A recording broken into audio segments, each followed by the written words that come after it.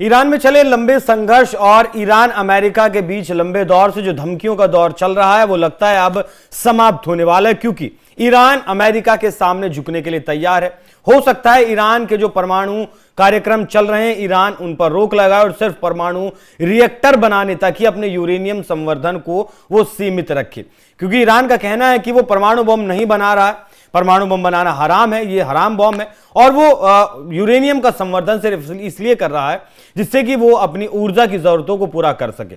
लेकिन अमेरिका को इस बात पर विश्वास नहीं है। अमेरिका ने प्रमुख तौर पर 4 मांगे ईरान के सामने रखी थी, जिनमें से सबसे बड़ी और सबसे प्रमुख मांग यही थी कि जो तुम्हारे पास 400 किलो से ज्यादा यूरेनियम है, या तो उसे नष्ट कर दिया जाए या फिर उसे अमेरिका को सौंप दिया जाए और आगे से यूरेनियम का संवर्धन ना हो। अब लगता है कि ईरान शायद इस बात को मानने के लिए तैयार है, क्योंकि उप प्रधानमंत्री जो ईरान के हैं उनकी तरफ से एक बयान दिया गया है और इस बयान को देखकर ऐसा लगता है कि जो लोगों का प्रदर्शन हुआ आपका 28 दिसंबर से लेकर जनवरी 20 तक जो प्रदर्शन हुआ, जिस तरीके से लोग महंगाई और बेरोजगारी के नाम पर लाखों लोग सड़कों पर उतरे और हजारों लोगों को मरवाना पड़ा इस आंदोलन को दबाने के लिए, तो इस सारी सिचुएशन को अगर देखें तो अब ऐसा लग रहा है कि खामेनेई अब और ज्यादा संघर्ष देश में नहीं चाहते, इसीलिए वो अमेरिका की बात मानने के लिए तैयार है। अमेरिका की बात मानते हैं तो बैन भी ईरान के ऊपर से हट जाएंगे, ईरान का तेल दुनिया में बिक सकेगा। लेकिन यहां पर जो पेच फंसाया है वो सऊदी अरब ने फंसाया है,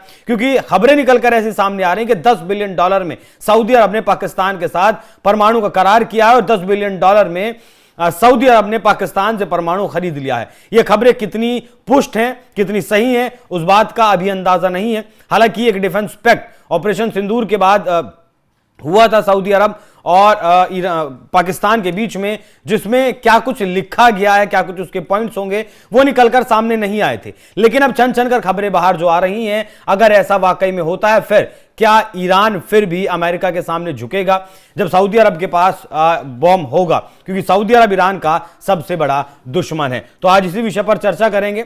ईरान अमेरिका के साथ नया परमाणु समझौता करने को तैयार फिलहाल दिख रहा है, लेकिन शर्त रखी है कि अमेरिका पहले प्रतिबंधों में ढील देगा। ईरानी उप विदेश मंत्री, माफ कीजिएगा मैंने प्रधानमंत्री बोला, माजिद तख्त रवांची ने एक इंटरव्यू के दौरान यह कहा है कि बातचीत सकारात्मक दिशा में है, क्योंकि इससे पहले अमेरिका और ईरान के बीच ओमान में बातचीत हुई थी, लेकिन अब जिम्मेदारी अमेरिका की है। अमेरिका की मध्यस्थता में अप्रत्यक्ष बातचीत हो चुकी है और अगली बैठक स्विट्जरलैंड के जिनेवा में होने वाली है। ट्रंप ने बातचीत को ट्रंप ने भी सकारात्मक बताया, लेकिन चेतावनी भी दी कि अगर समझौता नहीं हुआ तो गंभीर और दर्दनाक परिणाम ईरान को झेलने पड़ेंगे, जिनमें सैन्य कार्रवाई का विकल्प पूरी तरीके से शामिल है, या फिर कहें कि इकलौता विकल्प वही है। ईरान ने जवाबी हमले की धमकी दी है। उप विदेश मंत्री के पूरे बयान की अगर बात करें तो वो ये साबित करता है कि समझौता वो करना चाहते हैं। गेंद अमेरिका के पाले में है। अगर वो ईमानदार हैं तो मुझे यकीन है कि एक समझौते की राह पर होंगे। उन्होंने ओमान की बैठक को कमोबेश पॉजिटिव बताया, लेकिन अभी ज्यादा कुछ कहना जल्दबाजी होगा, यह भी उन्होंने कहा, यह भी उन्होंने बताया। तो यह बयान उप विदेश मंत्री की तरफ से आना दिखाता है कि कहीं ना कहीं अमेरिका की मांगों पर तैयार है। अगर अमेरिकी प्रतिबंधों की अगर बात करें तो अमेरिका ने 1979 से ईरान पर ढेर सारे प्रतिबंध लगाए हैं। अमेरिकी दूतावास कब्जे में जो लिया था ईरान की तरफ से, उसके बाद से 2018 में ट्रंप जब पहली बार सत्ता में आए थे, तब उन्होंने JCPOA से खुद को बाहर निकाल लिया था और ये मैक्सिमम प्रेशर कैंपेन शुरू था। 2025 में फिर से मैक्सिमम प्रेशर लगाने की जो बात है वो फिर से शुरू हुई। संख्या सटीक तौर पर नहीं है कि कितने प्रतिबंध लगाए गए हैं, लेकिन प्रतिबंध इतने लगाए गए हैं कि $1 खरीदने के लिए ईरान को 15 लाख रियाल कम से कम चुकाने पड़ते हैं। 2025 में अकेले 155 ईरानी प्लस 470 गैर ईरानी प्रतिबंध लगाए गए थे, जिसमें कुल मिलाकर हजारों की संख्या में कुल मिलाकर 2018 से ये हो जाते हैं। तेल ऊर्जा क्षेत्र, ईरानी तेल खरीद, बिक्री और शिपिंग पर मुख्य तौर पर पाबंदियां लगाई गई थी। बैंकों की अगर बात करें तो बैंक, क्रिप्टो एक्सचेंज, पेट्रोलियम राजस्व, लॉन्ड्रिंग, नेटवर्क ब्लॉक, परमाणु मिसाइल प्रसार, आतंकवाद समर्थन, मानवाधिकार उल्लंघन, ऐसे मामले भी इसमें शामिल थे। हालिया की अगर बात करें 2026 की, जो भी देश ईरान से व्यापार करता है उस पर 25% का टैरिफ लगाने का एग्जीक्यूटिव ऑर्डर फरवरी 2026 में अमेरिका की तरफ से सिग्नेचर कर दिया गया था। 2018 के बाद से ईरान जो दुनिया भर में तेल बेचता था उसमें लगभग 80% की गिरावट आई थी। जो ईरान पहले 2.2 मिलियन बैरल प्रतिदिन तेल निकालता था वो अब 4 लाख बैरल तक पर आकर सीमित हो गया है। चीन इकलौता देश ऐसा है जो अमेरिका की बिना परवाह किए हुए ईरान से तेल खरीदता है। 6 से 7% ईरान की जीडीपी इससे सिकुड़ चुकी है। 2012 में प्रति व्यक्ति आय जो $8,000 हुआ करती थी वो $5,000 से नीचे आकर गिर गई थी 2024 तक, और फिलहाल अब 2026 में है तो ये $5,000 की कमाई आधी रह गई है। इस तरीके की रिपोर्ट्स फिलहाल निकलकर सामने आई हैं। महंगाई और जो मुद्रास्फीति हुई है, मुद्रा का भारी अवमूल्यन हुआ है।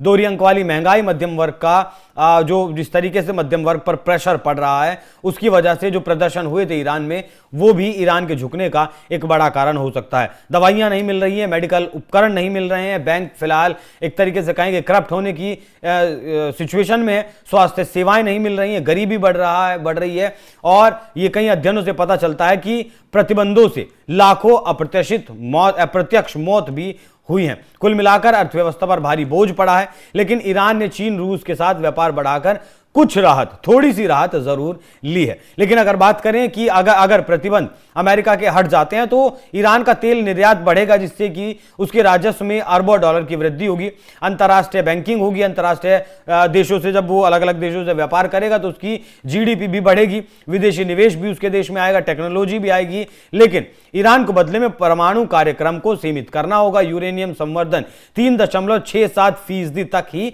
करना होगा, जो आज दावा किया जाता है कि 60% से ज्यादा ईरान कर चुका है, और न्यूक्लियर बॉम्ब बनाने के लिए 90% यूरेनियम का एनरिचमेंट चाहिए होता है। बाकी अगर बात करें पाकिस्तान और सऊदी अरब की, तो ये एक बहुत बड़ी खबर हो सकती है, क्योंकि स्ट्रेटेजिक म्यूचुअल डिफेंस एग्रीमेंट दोनों देशों के बीच हुआ था और कई अरब मीडिया भी इस बात को छाप रहे हैं कि अब पाकिस्तान के परमाणु छत्र में सऊदी अरब आ चुका है। वास्तविकता क्या है इस बारे में कोई नहीं कह सकता, क्योंकि पाकिस्तान के रक्षा मंत्री और अधिकारी बार बार इस बात को कहते हैं कि परमाणु हथियार कोई रडार नहीं है कि उसे किसी भी तरीके से दे दिया जाए। ये टेक्नोलॉजी हथियार ट्रांसफर का ठोस सबूत अब तक कोई निकल कर नहीं आया। साथ में बात यह भी है कि सऊदी अरब एनपीटी में शामिल है, मतलब वो तो ना तो परमाणु हथियार बनाएगा और ना ही किसी से लेगा। लेकिन ईरान कहता है कि उसका कार्यक्रम शांतिपूर्ण है और हथियार बनाना वो नहीं चाहता है। लेकिन क्षेत्रीय संतुलन बिगड़ने पर,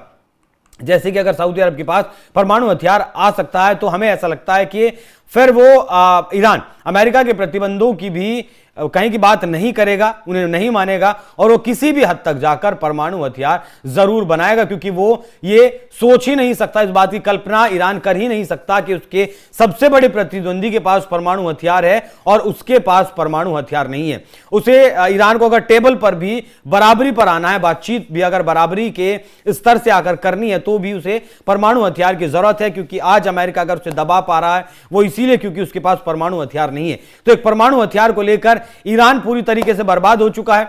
अमेरिका ने अपने युद्धपोत ईरान के नजदीक लगाए हुए हैं, हिंद महासागर में कभी भी वो हमला करने के लिए तैयार है। अगली बातचीत जिनेवा में होनी है, इस बातचीत से क्या कुछ निकलता है क्या नहीं। हालांकि यह भी जान लीजिए कि ईरान अमेरिका से युद्ध तो छेड़ देगा, लेकिन वो इस युद्ध को लड़ने और इस युद्ध को लंबा चलाने की स्थिति में नहीं है, क्योंकि अगर अमेरिका हमला करता है तो उसके साथ सऊदी अरब भी आएगा, उसके साथ आपका जमीन का इस्तेमाल, पाकिस्तान की जमीन का इस्तेमाल भी होगा, अमेरिका भी आएगा, इजराइल भी आएगा और भी मिडिल ईस्ट के कई देश आ सकते हैं, क्योंकि सीधा टारगेट ईरान अमेरिका को कर नहीं सकता। मिडिल ईस्ट में जो बेसिस हैं अमेरिका के, उन्हें टारगेट करेगा और फिर वो देश भी मिलकर ईरान को मारने के लिए अमेरिका के साथ जरूर आएंगे।